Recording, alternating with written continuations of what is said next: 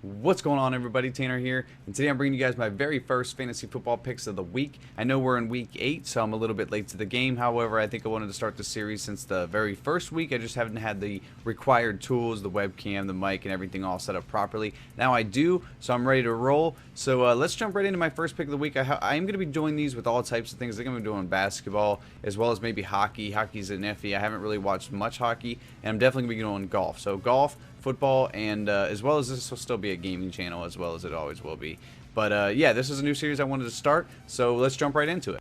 So first, I'm going with my quarterback, Philip Rivers. Now, this is going to apply to Fanduel, not DraftKings. DraftKings is a slightly different thing. You know, it's, passing's more important, I believe, or certain things like that. I don't know. I don't really mess with DraftKings. I choose Fanduel. I don't know why. It was just my more preferred UI. It was my more preferred interface. I enjoy it more. That's pretty much all it came down to, is I enjoy it more. So I'm going to go with Philip Rivers first. That's going to be my quarterback for the week that I'm going to pick. I like Philip Rivers because he's always been a consistent quarterback. I believe last week he was 38 for 58, which was a lot of passes. He threw a lot of things down the field. He got 3 touchdowns, gave up 2 interceptions, which is, you know, a decent amount of interceptions, but that's still a pretty solid game. And I really think that, you know, with him going against Baltimore and them having a little bit shady of a secondary, that he's going to be able to open it up and just eat people up all game. So next, I'm going to be choosing my running back, my very first running back, and I'm definitely going to be going with Chris Johnson. Now, Chris Johnson last week, he ended up putting up, I believe it was 122 yards. Very good game, and this week he's going up against Cleveland, which is like 30th overall in rushing defense. Arguably the worst. I don't even know how anybody out there could be worse than them, because every week I watch them, they just get ran all over every single game. It's gross. It's really, really gross. So look for big numbers from Chris Johnson. I think that's going to be the best bet for your starting running back, and he's kind of a bargain at his price.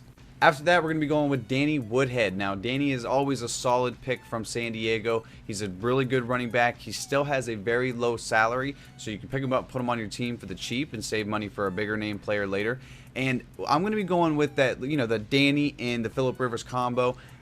Philip loves to throw to Danny over and over and over. I believe last game he had 5 catches, which is really good for a running back. And I believe this week he'll probably definitely put up another 5. So look for him to be another consistent player. If you're going to be in a PPR league, that'll be a really great player to pick up. Even if you're in Fanduel, though, I think he's going to get some touchdowns, being the almost #1 running back, slot back-ish receiver on the field.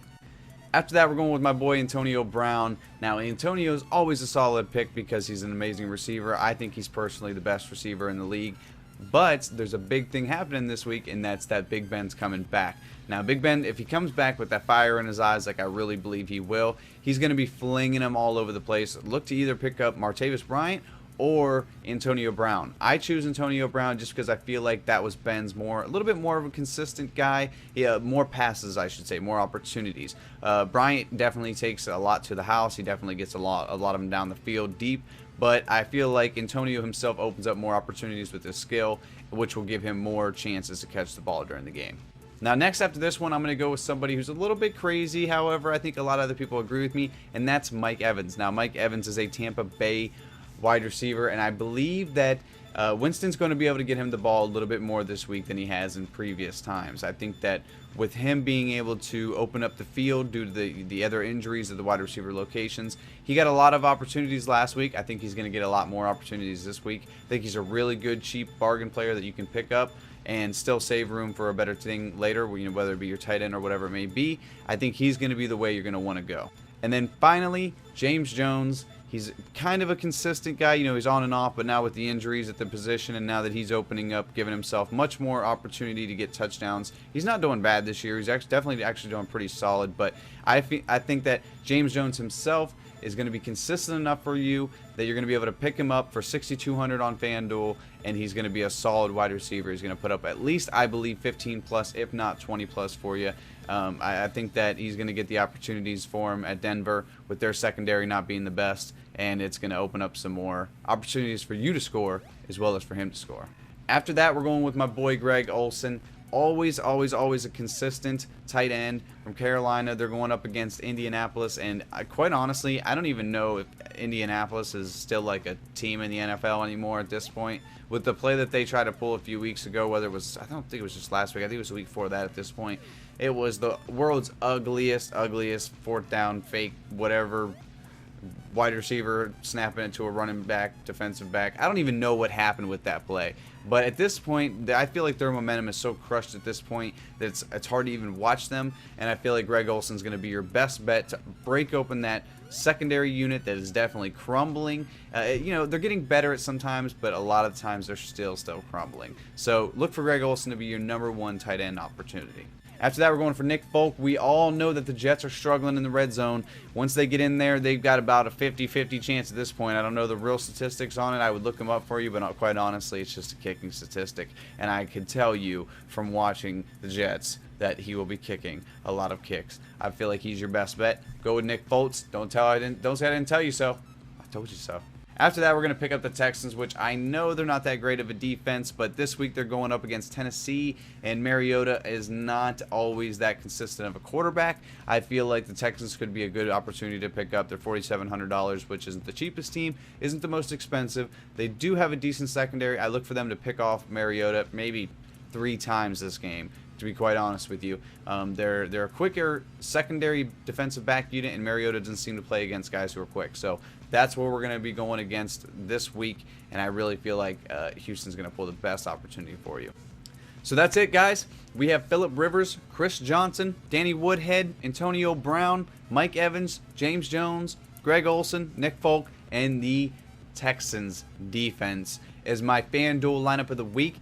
Is it going to be the $1 million winner? I'm not quite sure about that. This is more of my sleeper lineup. I have a better lineup that I'm going to be using on head-to-heads and stuff.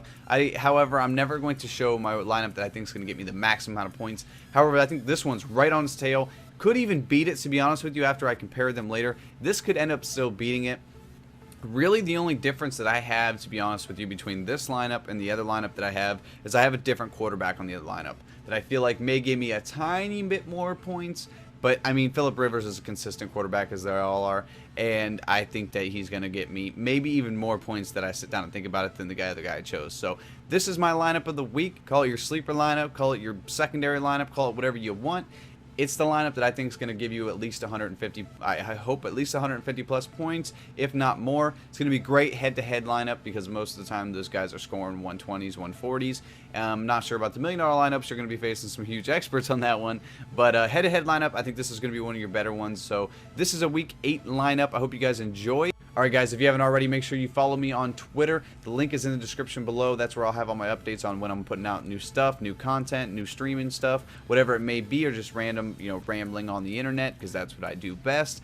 As well as my Twitch links will be in the description below. If you guys enjoyed today's video, make sure you hit subscribe and hit like. It always helps out the channel to grow a little bit more. I've been on YouTube for about 2 years now. Haven't even hit 100 videos. So I'd really like to get 100 videos out by the end of the year. I think that'd be really cool. Hopefully I can get that done with this series easily alone, as well as all the other gaming stuff that'll come. Black Ops 3 comes out in like 7 days or something goofy like that. So it's right around the corner. Look for that content. If you haven't already subscribed, make sure you do so. Thanks for all the support. Have a good day. Have a good night. And peace.